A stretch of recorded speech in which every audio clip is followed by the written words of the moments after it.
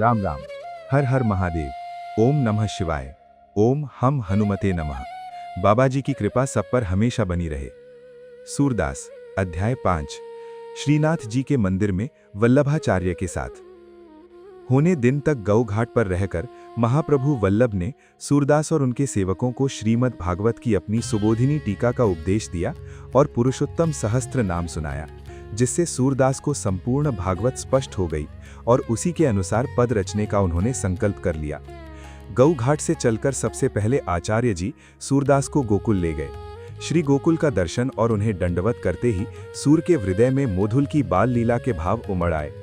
उन्होंने सोचा कि आचार्य जी को जन्म लीला का पद तो सुना चुका हूँ, ब्रव वात्सल्य लीला का भी वर्णन सुनाऊं। अतः उन्होंने निम्नलिखित पद गाया, जिसमें घुटनों के बल चलते हुए शिशु कृष्ण के मोहक रूप का वर्णन किया गया है।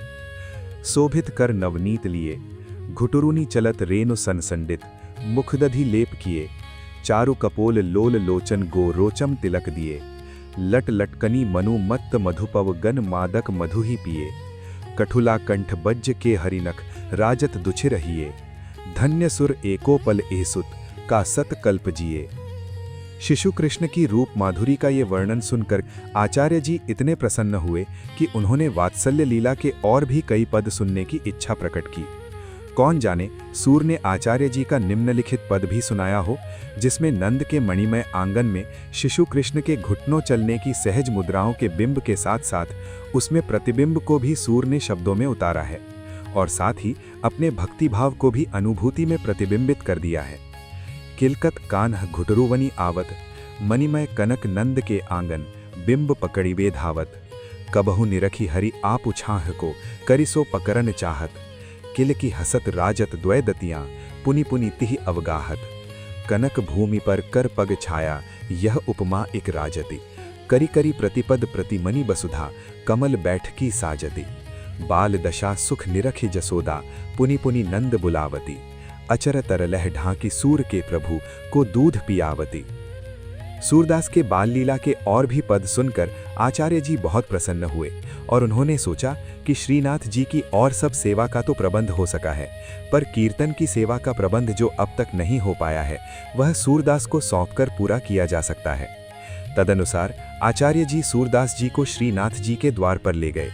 स्नान ध्यान करके श्रीनाथ जी के दर्शन देकर आचार्य जी ने सूरदास को आज्ञा दी कि श्रीनाथ जी को कुछ सुनाए। सूरदास ने निम्नलिखित पद गाया। राम मैं मांझों बहुत गोपाल, काम क्रोध को पहिर चोनना, कंठ विषय की माल, महामोह के नुपुर बाजंत, विषय रत बन रसाल, भ्रम भव्यों मट नघों पकावत हो, तंत असंगत चाल, माया को कटिफेंटा बांधियो, लोभ तिलक दिहि भाल, कोटिक कपता काछ सिनाही, जसपम दतूधि महिकाल, सूरदास की सब अविद झोरी, भरी ससेस नवाल। इस पद में सूरदास ने व्यक्त के अहम और मम यानी मैं और मेरा की आधारभूत पर अपने काम क्रोध लोभ मोह मद मत्सर आदि का स्मरण किया, जिनका सामूहिक नाम संसार है। साक्षात श्री कृष्ण भगवान के स्वरूप श्रीनाथ जी के सामने मानव समाज के इस व्यापक रोगों का गहरी आत्मानुभूति के साथ स्मरण करने में उनका एक उद्देश्य था।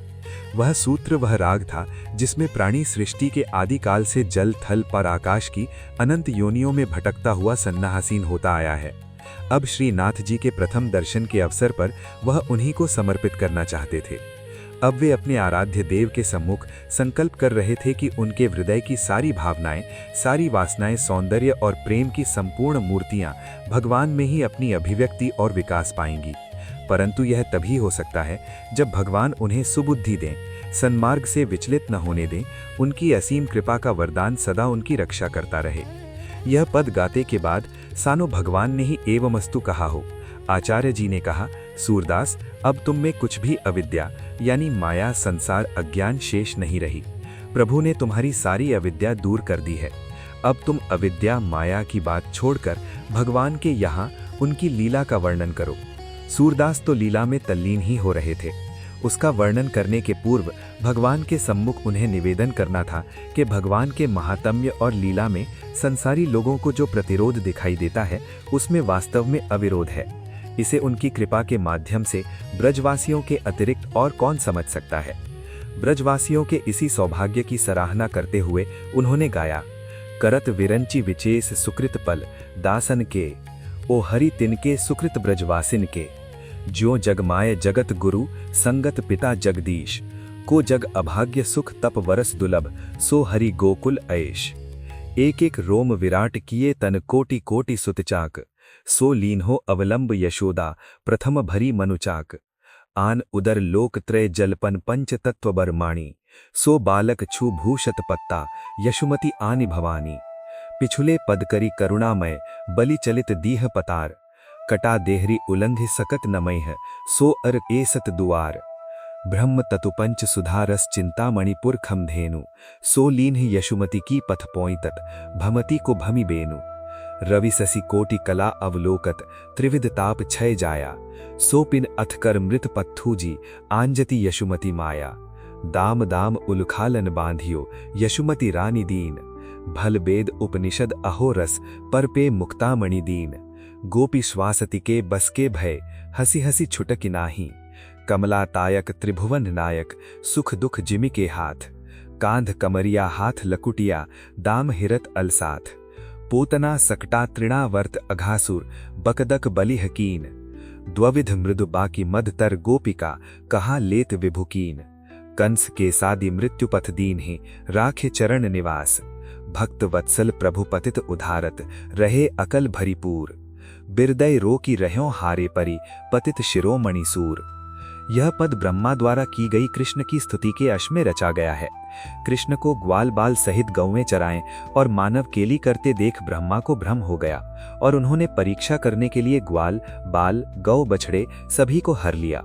इस पर श्री कृष्ण ने ब्रह्मा का गर्व दूर करने के लिए उसी प्रकार ग्वाल बाल वत्स गौ आदि की तुरंत नई सृष्टि कर दी और नित्य प्रति उनके साथ यथावत वृंदावन केली करते रहे। इसे देख ब्रह्मा को आश्चर्य हुआ और अहंकार दूर होने पर उनकी समझ में आया कि वे गोपाल साक्षात परम ब्रह्म विष्णु हैं, अनादि अभ्य अजन्मा अमर। परंतु ब्रह्मा कृष्ण की शरण में गए और उन्होंने स्तुति की। इस पद को सुनकर आचार्य जी को विश्वास हो गया कि उन्होंने जिस भाव से सूरदास को श्री कृष्ण लीला की व्याख्या सुनाई थी, सूर ने उसे उसी भाव से हृदयांगम कर लिया है और समझ लिया है कि लीला में उनके वात्सल्य सख्य और माधुर्य भाव के प्रसंगों के बीच बीच पूतना दकट तृणावर्त यमलार्जुन अघासुर बकासुर मंद की वरुण पाश से मुक्ति कंस वध आदि जो महात्म्य अर्थात ऐश्वर्य सूचक अलौकिक प्रसंग हैं, उनका क्या अभिप्राय है। सूरदास के गंभीर भाव की अनुभूति देख आचार्य जी पूर्ण आश्वस्त हो गए। उन्हें संतोष हो गया कि श्रीनाथ जी की कीर्तन सेवा के लिए सूरदास से अधिक उपयुक्त कवि गायक और कोई नहीं मिल सकता।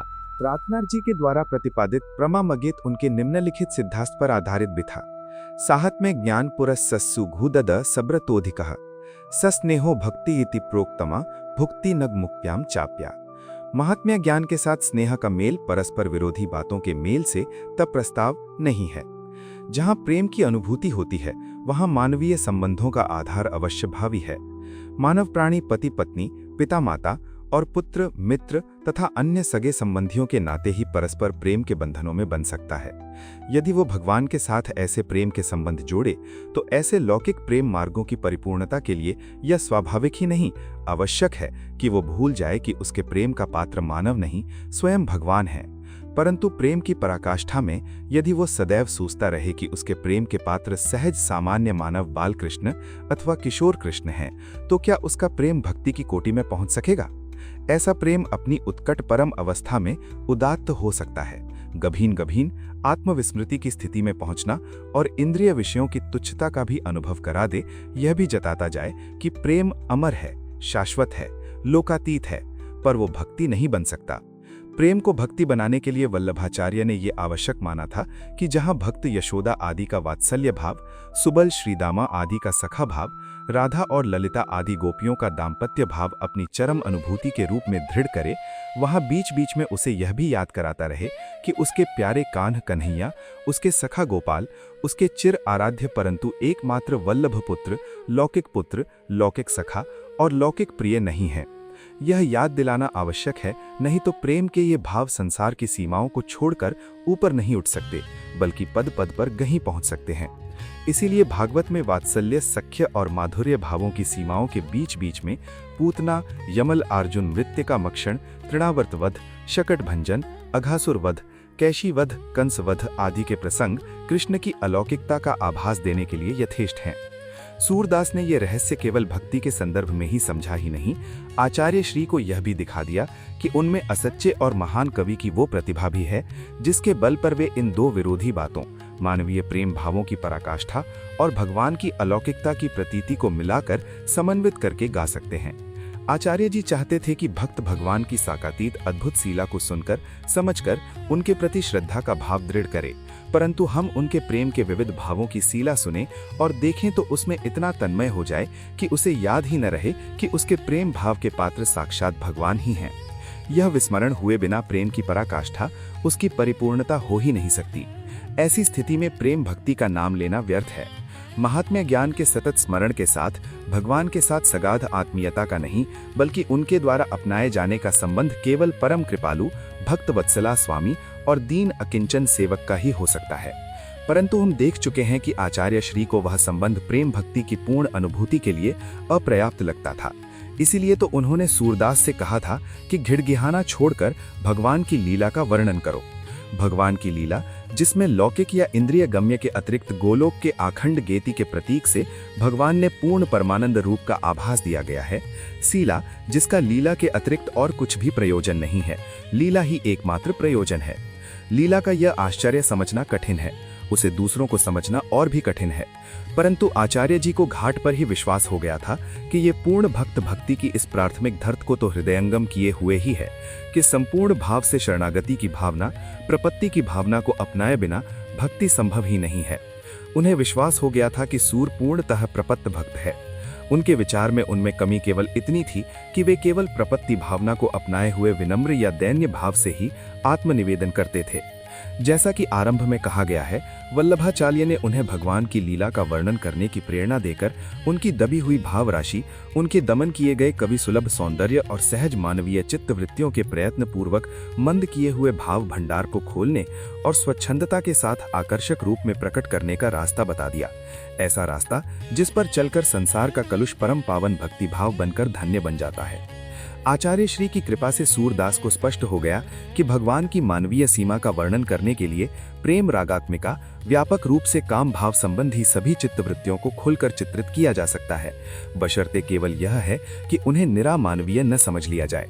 यह शर्त तभी पूरी हो सकती है जब एक और प्रेम की भावना में यथेष्ट रूप में प्रपत्ति का, शरणागति का अर्थात अनन्य भाव से केवल भगवान पर निर्भर रहने का भाव हो, और दूसरी ओर भगवान के ऐश्वर्य, उनकी लोकातीत विभूति की वास्तविक का प्रतीति हो।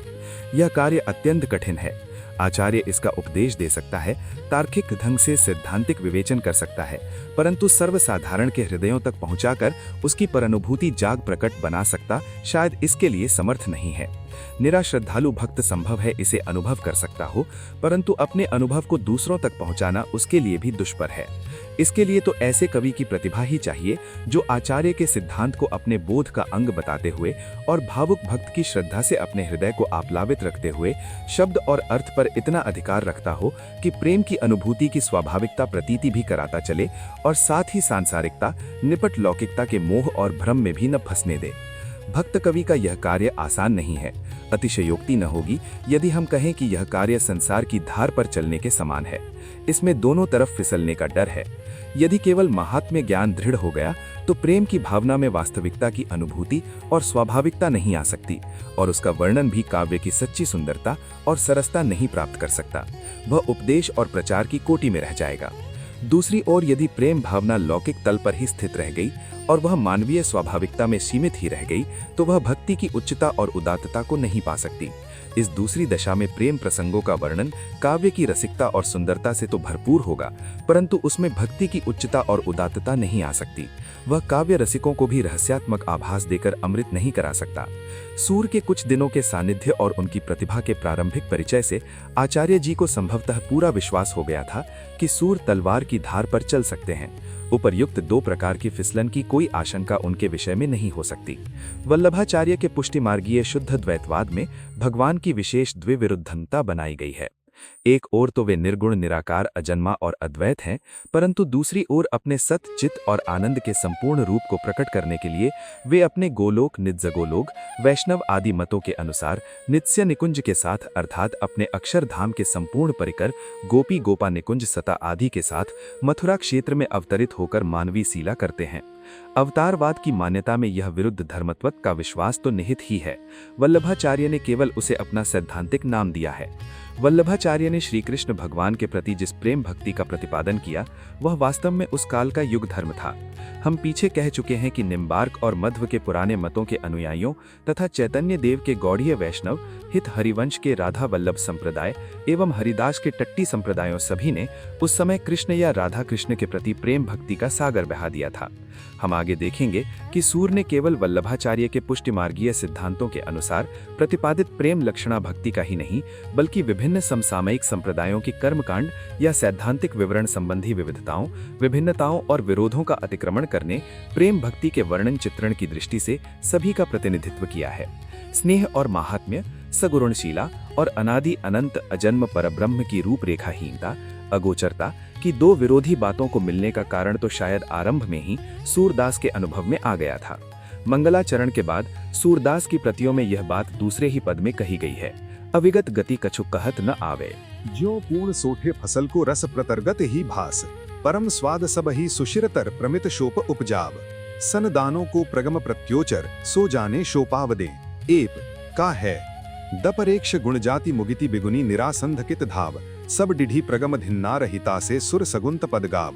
ब्रह्म जिसकी रूपरेखा, गुण, जाति और युक्ति से किसी प्रकार प्रतीति नहीं कराई जा सकती, उसकी भावात्मक अनुभूति लीला के पर्दों द्वारा कराने का संकल्प चाहे सूरदास में आचार्य वल्लभ धारा दीक्षा लेने के पहले ही से लिया हो, पर लीला की परिपूर्णता को हृदयंगम करने और कराने की प्रेरणा निश्चय ही उन्हें प्रेम भक्ति में सभी मानवीय भावों को स्थान देने वाले उपर्युक्त कृष्ण भक्त संप्रदायों के द्वारा ही मिलती। निर्विवाद रूप से कह सकते हैं कि आचार्य वल्लभ और उनका संप्रदाय इस प्रेरणा का सबसे प्रधान स्रोत था। सूर की भक्ति भावना ने जब विध्याने या दैन्य की अनुभूति करने के अंधन से बाहर निकलकर फैलने और सभी मानवीय विकृतियों को समेटने का अवसर पाया, तब उनका कवि हृदय खिल उठा। उसके कवि व्यक्तित्व को पूर्ण विकसित होने का खुला सा क्षेत्र मिल सका। ऊपर सूरदास के भक्त कवि के रूप में प्रकट होने की बातों का उल्लेख किया गया है। संकेत किया गया है कि कृष्ण की प्रेम लीलाओं के वर्णन चित्रण में प्रेम को भक्ति के दायरे में सुरक्षित रखने के लिए दैन्य की आधारभूत अनुभूति और उसका अवसर के अनुकूल प्रगटीकरण तथा भगवान के महात्म्य की बारंबार स्मरण दिलाना आवश्यक है। सूरदास ने यह कठिन कार्य खूबी के साथ निभाया। यही नहीं, प्रेम लीलाओं के मर्मत्त चित्रण को इन शर्तों के साथ बांधने के कारण काव्य को सदा विस्तार भी मिला। दैन्य की अनुभूति ने प्रेम के सभी भावों को अनुभूति की गहराई को पराकाष्ठा पर पहुंचाया तथा महात्म्य का स्मरण दिलाते वाले प्रसंगों के अर्शन द्वारा सूर ने विस्मय नामक भाव का समावेश कर काव्य को रहस्य अनुभूति की उच्च सरसता प्रदान की। मानवीय वित्तवृत्तियों को स्वच्छता के साथ व्यक्त करते हुए सुविधा से सूरदास की व्यंग्य विनोद की स्वाभाविक प्रवृत्ति को निखरने का अवसर दिया और वाड्य के चमत्कार को कई गुना बढ़ा दिया। आगे हम देखेंगे कि आचार्य वल्लभ धारा श्रीनाथ जी की कीर्तन सेवा सौंपे जाने के बाद सूरदास गुर के विश्वास को कैसी सुंदरता के साथ निभा सके।